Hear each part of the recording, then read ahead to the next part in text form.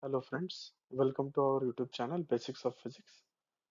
In our today's multiple choice question session, we'll be discussing some multiple choice questions based on the third module spectroscopic technique, which is a part of MSc Physics syllabus of Savitribai Phule University of the course Physics of Atoms and Molecules which has the subject code PHCT 122. The questions which we'll be discussing today, these questions will be important for the online exam of Savitribai Phule University of MSc Physics. Along with this, some of these questions which I'll be discussing in today's session, these questions are important for CSIR NET, GATE and SET exam in physics. So let us start with the today's first session. First question is, when the three principal moment of inertia of a molecule are equal, then it is called option A, symmetric top, option B, spherical top, option C, asymmetric top, option D, spherical and symmetric top. Now see, whenever we are talking about the rotational spectroscopy, we need to talk about the symmetry of the molecule. And depending upon the symmetry, if the moment of inertia of a body is such that all the three moment of inertia along the three different axes of rotation are equal, then such a kind of molecule that is called as the spherical top. And if the moment of inertia about two mutually perpendicular axes B and C, it will be equal, then such a kind of molecule that is called as a symmetric top. And if all the moment of inertia are not equal, then such a kind of molecule that is called as a asymmetric top. Here in this case, what it has been given, the moment of inertia about the three principal axes are equal. All these three moment of inertia are equal, so that represents a spherical top. So if you look at the options, it is the option number B which shows the correct answer for this question. So answer for this molecule, that will be, it will be called as an spherical top. Second question is, if the molecule does not have a center of symmetry, then some vibrations may be option A, Raman active, option B, IR active, option C, Raman as well as IR active, option D, activeness cannot be predicted for such molecules. The answer for this question is C. We will check why is it so. See, in order to have a molecule to be IR active, we must be having a vibrational motion such that there must be change in the dipole moment of the molecule. And in order to have a molecule to be Raman active, vibrations must be such that it must have a change in polarizability during the vibrations. This IR activity and Raman activity, it is related to the symmetry of the molecule and can be expressed in terms of the rule of mutual exclusion, which states that for a molecule having center of symmetry, Raman active vibrations are IR inactive, or and this may be vice versa may be true. Okay. However, there is a this rule is not applicable to the molecules having no center of symmetry. In such case, maybe both Raman as well as IR active, you can have the states. Okay, so if you look at the options, it will be the option number C which shows the correct answer for this question.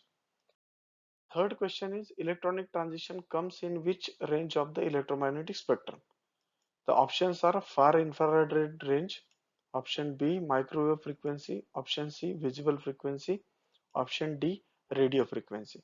Now see, here in this case we are talking about the electronic transition. So we will first of all look at the electromagnetic spectrum. We know that electromagnetic spectrum consists of different radiations from starting from gamma rays, X-rays, ultraviolet rays, visible rays, infrared, microwaves till radio waves. Okay, this way the energy of the electromagnetic radiation goes on decreasing. If you look at the last row, here you can find out, depending upon the different area or different energy of the electromagnetic radiation, you have a different kinds of transitions within the material. It may be atomic transitions, it may be electronic transition or molecular transition. So here we are talking about the electronic transition, which comes in the range of ultraviolet and visible range. Okay, ultraviolet and visible range. So here in this case, electronic transition come in the comes in which range of the electromagnetic spectrum it has been asked. So the answer for this question is the option number C, because electronic transition, most of the electronic transitions occurs in the visible range for an electronic transitions. So the correct answer for this question is option number C. Next, fourth question is Fourier transform infrared spectrometer uses dash dash source for the excitation. The options are given below. First option is visible light laser, option B infrared laser, option C near infrared laser, option D diode laser. Now see, the answer for this question is obviously near infrared region. Why is it so? Let me just tell you that first. All of us know that the conventional infrared spectrometer are of not much use in the infrared range. There are certain reasons are there behind this. The first reason is that the source of infrared radiations, it is very big, and the detectors which we will be using for the IR sensor, that are uh, that are not having much sensitivity, so we can call it as an they are much insensitive. Okay, in addition to this, FTIR use of FTIR made this limited energy region more accessible. It has also made the middle infrared region, which has the frequency from 400 to 4000 per centimeter. Due to the use of FTIR, these radiations have been proven to be useful for the spectroscopy range, IR spectroscopy range, and this FTIR technique has significant impact with regards to its rapid scanning rate, signal to noise ratio, high sensitivity, and high resolution. So if you look at the option, so this is the Fourier transform spectroscopy or infrared FTIR spectrometer, which uses most of the infrared radiations for the useful for this technology technique, and that is nothing but the near infrared lasers. Okay, so this is the source which is widely used in the Fourier transform, so infrared spectrometer. Now fifth question is which of the following source is widely used in microwave spectrometer for high stability? The options are given over here. Option A gun diode, option B diode, option C klystron, option D any of the above. Now see, this represents the basic schematic of a microwave spectrometer, which consists of a klystron power supply and klystron, which is used as a source in this case. So klystron tube is a vacuum tube that is used for the microwave frequency signal as a source. So the question which is you ask over here, it is the which of the following sources used in a microwave spectrometer for high stability. So it is the klystron source which is used for this in this kind of a spectrometer. So the answer for this question is the option number C.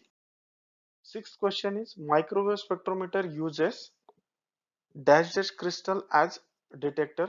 Options are given over here: silicon, lead, tellurium, germanium. If you see, just we had seen the microwave spectrometer, it has a power supply which is a klystron, then it has a sample cell which consists of a two micro window, and after that you have a crystal detector. So what is this crystal detector is all made about? This crystal detector is made up of a silicon crystal, and it is mounted in a coaxial cartridge. Okay, and it is widely used and mostly used detector in such a kind of spectrometer. The working of this crystal detector, silicon crystal detector, it is in this fashion. The incoming radiations, when it is going in this fashion, when the radiations are going in this fashion, so it gives rise to the DC current, and this DC current on the stark spectrograph, it is transmitted, uh, and it modulates the some square wave on that DC component, and that DC component modulated AC component on that DC component, it will be finally recorded with the help of this lock-in amplifier and oscilloscope, or with the help of this recorder. So if you look at the option, then it is the option number A which will show you the correct answer for this question. So it is the silicon detect crystal detectors which are used in a microwave spectrometer. Next question is, in IR spectrometer, the splitting of the polychromatic radiation into its component is achieved by. The options are only prism, option B only grating, option C on prism or grating or both. Option D, lenses. In our lower classes, you might have studied that we had seen the dispersion of white light into 7 different colors with the help of a prism or grating. You might have observed the diffraction pattern.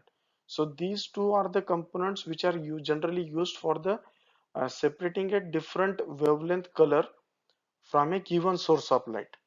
Okay, so these prism or grating, they acts as an monochromator in most of the devices. Here the diagram which I am showing over here, it represents the basic schematic of IR spectrometer, which consists of a source, mirror, a reference and sample you can see, and the light is incident on this grating. The monochromator which is used in this IR spectrometer, this generally splits the polychromatic radiations into component of different wavelength. Means from a polychromatic radiations, you can obtain a monochromatic source of different wavelength.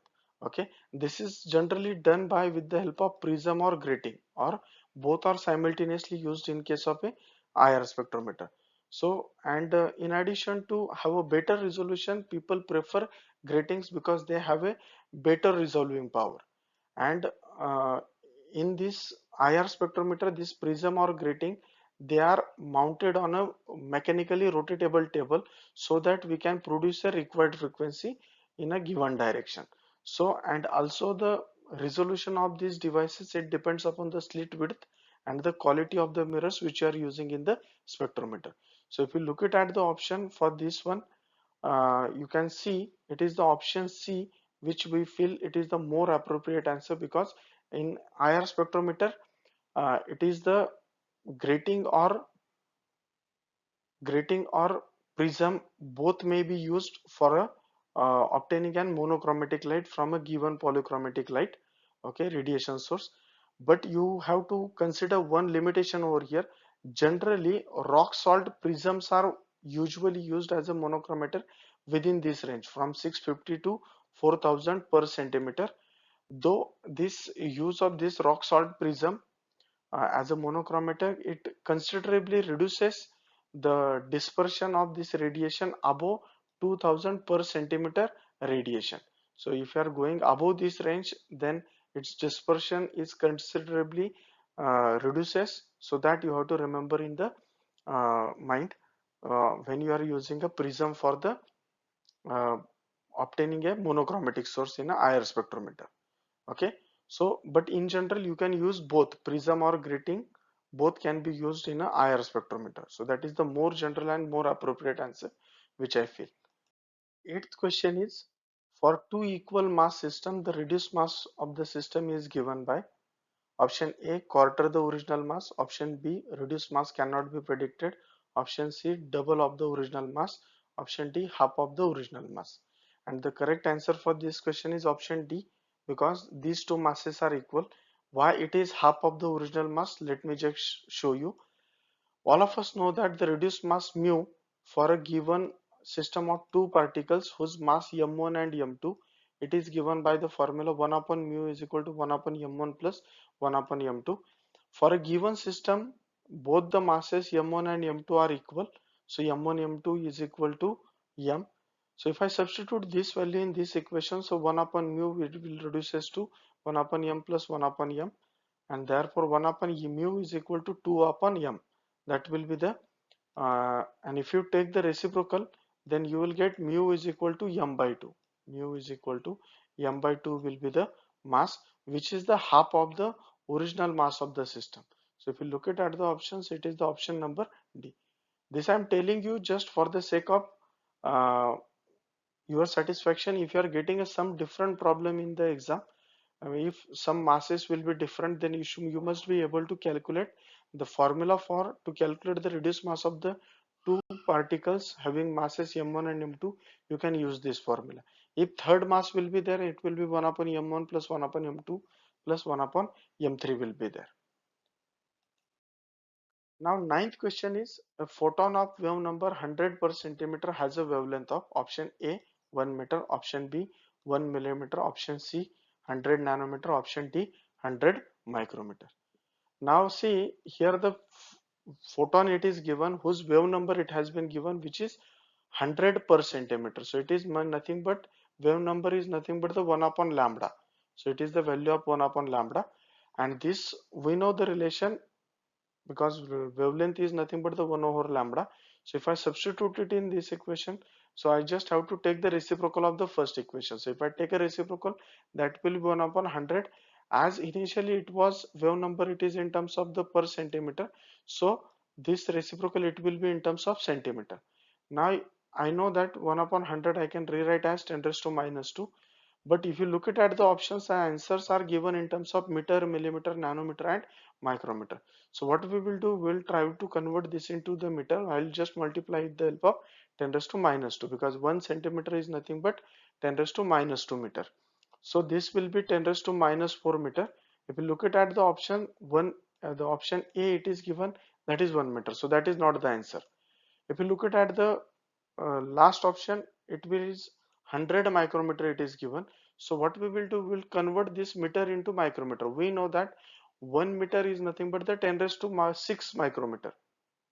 So if I multiply this by 10 raised to 6, then this 10 raised to minus 2 and this 10 raised to minus 4, and this plus 6, it will be 10 raised to plus 2, which will be nothing but the 100 micrometer. So if you look at the option, then it is the option D which you feel you must be feeling that is the more appropriate answer for this question.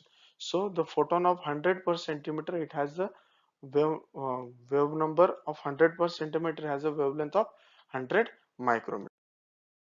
Next, 12th question is, which compound are used as a diluent in IR sampling? Options are alkali halide, option B ketone, option C acetone, option D aldehyde. And the answer for this question is the alkyl halide, because we had seen in our theory lectures, in IR sampling different diluents are used depending upon its application. If you are interested in the mid infrared region frequency, then you can use the KBR or KCl, or diamond dust can be used for this purpose. If the same measurement, if you are interested to perform in the far infrared region, then for that purpose you can use polyethylene or diamond dust may be suitable in that regards. Next question is 11th. Nernst glower consists of option A thorium, option B cesium, option C zirconium, option D all of the above. We know that Nernst glower is nothing but it is a solid body radiator which is used in the field of molecular spectroscopy, and it is made up of a filament of rare earth or transition metal oxide such as zirconium oxide, yttrium oxide, or erbium oxide. If you look at the option, in this case it is the zirconium it is given. Okay, so more appropriate answer for this question is the option number C. Next, 12th question is, in Raman scattering dash dash is observed. Option A elastic scattering, option B inelastic scattering, option C cannot be predicted type of scattering, option D nature of scattering depends on the type of molecule. We have studied in the theory while discussing the Raman spectroscopy that whenever a radiations are incident on the molecule, okay, let us say omega naught is the frequency of the radiations which is incident on this molecule. Okay, so this molecule, what it will do, it will scattered the radiations, and if the scattered radiation has the same frequency as that of the original, then such a frequency scattered, that is elastic scattering, and which is known as the Rayleigh scattering. Okay, sometimes what happens, very few number of photons, almost 1 in 10 raised to 6, means 1 rupee in 10 lakh rupees you can have only that number of photons, means 1 photon in 10 lakh photons, it may undergo an inelastic scattering process. And during this inelastic scattering process, sometimes it may happen that it will lose some energy. If it is losing some energy, then the scattered light will have a lower frequency. If the light is that photon, it is absorbing some light from the molecule, then its frequency it will increase, and such a line is called as the anti-Stokes lines. So this Stokes and anti-Stokes lines of uh, photons of higher and lower frequencies than the incident frequencies, these are nothing but the These are called as the Raman lines or Raman scattering, we call it as an. So if you look at the options, it is the inelastic scattering which is more observed in case of a Raman scattering. So the correct answer for this question is the option number B. So here you have to remember one thing is that Rayleigh scattering is a elastic scattering and Raman scattering is a type of inelastic scattering, that you have to remember for this question. Next question is Raman spectroscopy. The radiation lies in option A microwave region, option B visible region, option C infrared region, option D X-ray region. Now see, if you look at the option, then in Raman spectroscopy it is the infrared radiations in which the molecules have their energy levels. So it is the option number C. You can see from this electromagnetic spectrum that IR spectroscopy lies in the infrared region. Next question is Raman lines are option A weak, option B strong, option C curled, option D blurred. See, just we had seen Raman scattering or Raman spectroscopy. It is a technique based on the scattering of a light by a molecule. There are two types of scatterings are there. One is the elastic scattering, which is also known as the Rayleigh scattering. When light is incident on a solid material or collection of a molecules, most of the photons they are scattered elastically. So such a kind of scattering is called as the Rayleigh scattering, okay, which is different from the Raman scattering. But very few photons they are scattered inelastically, and those inelastically scattered photons they can have the frequencies lower or higher than the frequency of the incident radiations. As very few number of photons are scattered during this inelastic process, the lines which we are observing, which are called as the Stokes lines and the anti-Stokes lines in the Raman spectrum, these lines are very weak in the uh, intensity point of view. So if you look at the option, then it is the option number A, which is the more appropriate answer for this question. Okay. So Raman lines are weak in nature. Okay, option A is correct. That's it for the today's session. I hope you have understood all the MCQs which we have discussed in for the today's session. If you have any doubts, you can comment me in the comment section. If possible, I'll try to give you the explanation in the comment. If not possible, I'll be making one separate video for that purpose. Okay, that's it for the today's session. I request all you people to please subscribe our channel and please hit the like button for the above video. Thank you. We'll stop here for today's session.